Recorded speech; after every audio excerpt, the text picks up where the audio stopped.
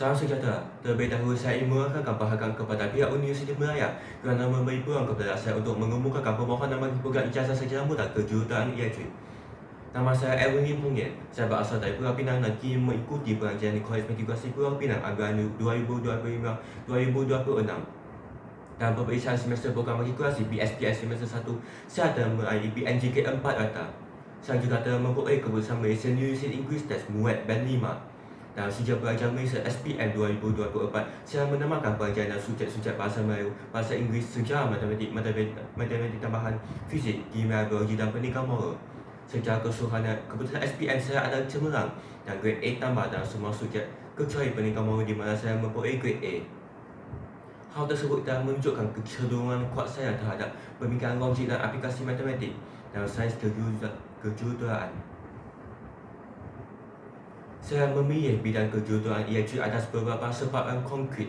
Pertama sekali, keluarga saya sentiasa menyokong pendidikan berasaskan sains dan aplikasi teknologi demi manfaat jangka panjang. Selain itu, sejak sekolah menengah, saya berminat terhadap IHJ, sistem kawalan dan aplikasi elektronik dan kehidupan seharian. Saya juga sering terlibat dalam projek mini yang melibatkan pemerintah bercetak dan pengaturcaraan ringkas. Di samping itu, dunia pada masa kini sedang mengalami transformasi digital yang pesat dan melibatkan automasi tenaga yang boleh diperbaharui, jaringan pintar smart grid dan juga sistem kawalan terakhir. Hal tersebut mempunyai potensi untuk menjadikan jurusan ini relevan dan strategik dari segi kebolehpasaran. Mengapakah saya memilih Universiti Melaya? Pilihan ini berasaskan beberapa kriteria rasional termasuk reputasi pendidikan dan pekerjaan, kemudahan makmal dan pengetahuan lengkap untuk latihan praktikal, kepakaran pensyarah yang aktif dalam pendidikan aplikasi tenaga dan sistem elektronik, serta jaminan industri yang kukuh yang membantu peluang latihan industri dan kebolehpasaran keluaran. Selain itu, Universiti Melaya juga diiktiraf di peringkat kebangsaan dan antarabangsa dan sifat-sifat tersebut penting untuk saya kerana saya ingin memastikan pendidikan saya berimpak dan memberikan saya menyumbang kepada penyelesaian teknikal secara bermakna. Dari segi kekuatan peribadi, saya menitik beratkan beberapa kelebihan utama termasuk kemahiran penakburan dan analisis, pemikiran kritis, kemahiran komunikasi bertulisan lisan, serta keupayaan bekerja dan pasukan dan mengambil peranan kepimpinan apabila perlu.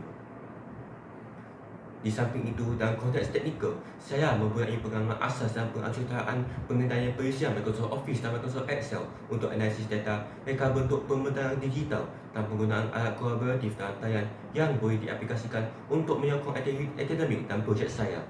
Sebagai sokongan, saya sertakan bukti pencapaian dan penyertaan yang relevan termasuk sijil kecemerlangan akademik, penyertaan dalam NASA SpaceX Challenge, kejayaan dalam pertandingan kebangsaan dan juga antarabangsa seperti International Earth Science Olympiad dan pertandingan cipta idea projek AI, serta ABS and Grade 8 bagi piano yang menunjukkan disiplin dan komitmen saya dalam latihan berstruktur. Selain itu, saya aktif dalam pelbagai program STEM seperti International Astronomy Olympiad dan Camp STEM remaja yang memberi pendedahan praktikal dan kerjasama antara disiplin. Berkaitan dengan kelebihan yang meyakinkan universiti untuk memilih saya, izinkan saya menekankan dua aspek yang mujarab. Pertama sekali, kombinasi prestasi akademik yang kukuh dan pengalaman kurikuler dan relevan. Dan yang kedua, kesanggupan dan perancangan jelas untuk terus belajar sama ada meneruskan latihan industri, mengambil bahagian dalam projek pendidikan bersama pensyarah atau memajukan penjajahan pasca siswa dan bidang khusus seperti sistem kuasa, pintar atau tenaga yang boleh diperbaharui. Saya juga memiliki rujukan yang boleh memberi pengesahan terhadap prestasi akademik dan watak antaranya pensyarah dari Kolej Matrikulasi Pulau Pinang dan juga kaunselor akademik.